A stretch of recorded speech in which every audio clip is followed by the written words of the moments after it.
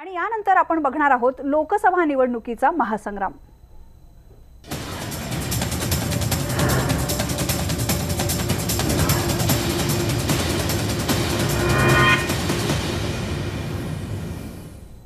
बातमी नागपूरची आहे। नागपूरच्या जवळ उमरेड इथला डीव्हीआर आणि सीसीटीव्ही कॅमेरा हा चोरीला गेलेला आहे। ईव्हीएमचा डेटा असणारा हा डीव्हीआर चोरीला गेल्यामुळे इथे निवडणुकीच्या दरम्यान काही गैरप्रकार घडवण्याचा प्रयत्न होता का याबद्दलचा सुद्धा संशय आलेला आहे। आपण पाहतोय उमरेड जवळचा हा जिथे इलेक्ट्रॉनिक मतदान यंत्रांचा जो लावलेला जो डीव्हीआर आहे आणि सीसीटीव्ही कॅमेरा आहे हाच चोरीला गेलाय आणि त्यामुळे ईव्हीएमचा डाटा पळवण्याचा प्रयत्न इथे होतोय का असा संशय आहे। याबद्दल आपण बोलूया आमचे प्रतिनिधी प्रवीण मुधोळकर यांच्याशी। प्रवीण, हे उमरेडला जे प्रकरण घडलेलं आहे ते नेमकं काय आहे?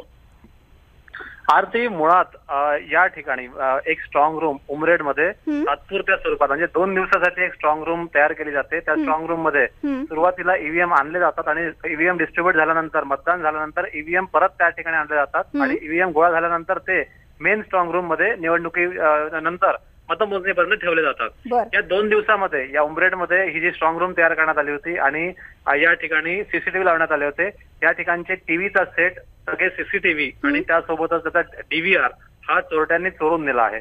आता या प्रकरणामध्ये प्रशासनाचं असं म्हणणं आहे की या ठिकाणच्या ईव्हीएम या हलवण्यात आल्या होत्या, त्यामुळे या डेटाचा काही जरी हा डेटा आपल्याकडे नसला, जरी चोरी गेला असला तरी यात कुठलाही फरक पडणार नाही। पण ज्या ठिकाणी ईव्हीएम ठेवण्यात आल्या होत्या त्या परिसरातले सीसीटीव्ही चोरीला जातात, टीव्ही सुद्धा चोरीला गेला, असं डीव्हीआर चोरीला गेला।